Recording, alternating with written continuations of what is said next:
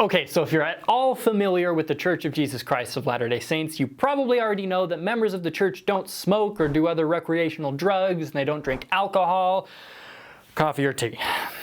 We always save those two for the end. I feel like people are always like, oh yeah, good, smoking is bad, illegal drugs, yeah, alcohol, nah, okay, that makes sense. Coffee and tea!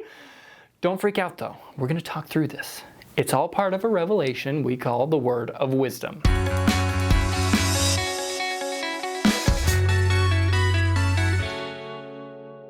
Oftentimes, both anciently and modernly, revelation comes about as the result of a question. But what's 6 times 7? Or, how many roads must a man walk down? In 1833, Joseph Smith had started a small school called the School of the Prophets. It consisted of like 25 guys packed into a small room on the second floor of a mercantile store in Kirtland, Ohio.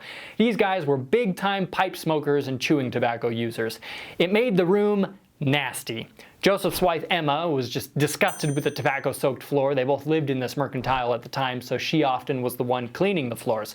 Anyway, Joseph ends up asking God about how to remedy the situation. The resulting revelation is recorded in Doctrine and Covenants, section 89. There's a link in the description below if you want to read it for yourself. It's only 21 verses long. The revelation, called the Word of Wisdom, is essentially a law of health we live by. It's pretty broad in some ways and pretty specific in others. It talks about the stuff we should be eating, I don't like green food, as well as the stuff we should not eat. Have they got any chips? Currently, Latter-day Saints live this law pretty strictly.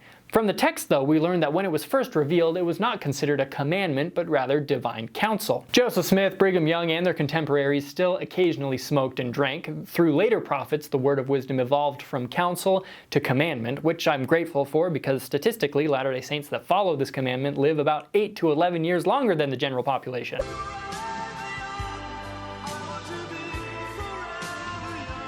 But really, why are coffee and tea on that list? What's wrong with them? How did they make the list but the bacon double cheeseburger with mayo didn't? Okay, first of all, just because it's not listed in the Word of Wisdom doesn't mean you should eat it.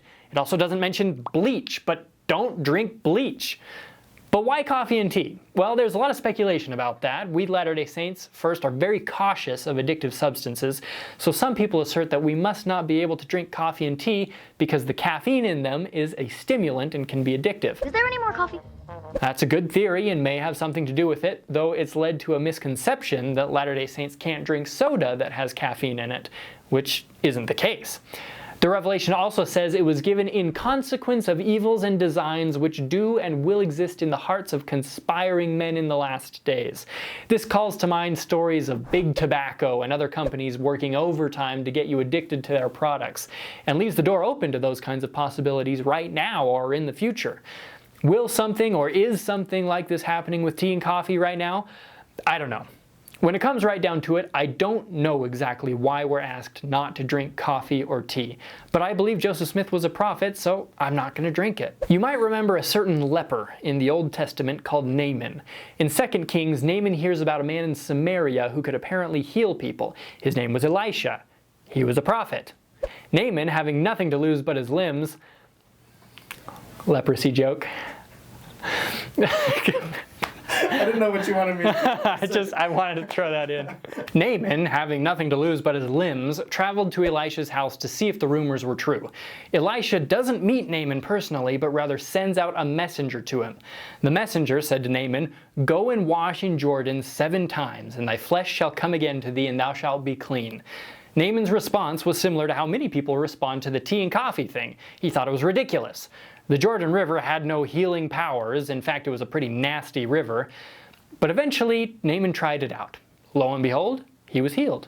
When it comes to tea and coffee, many people outside our faith pass our belief off as blind, mindless obedience.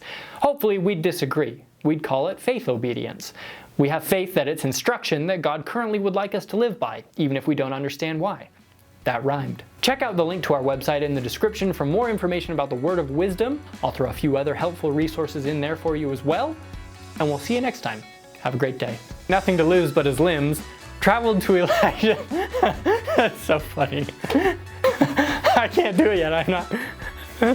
Okay. You ready? No.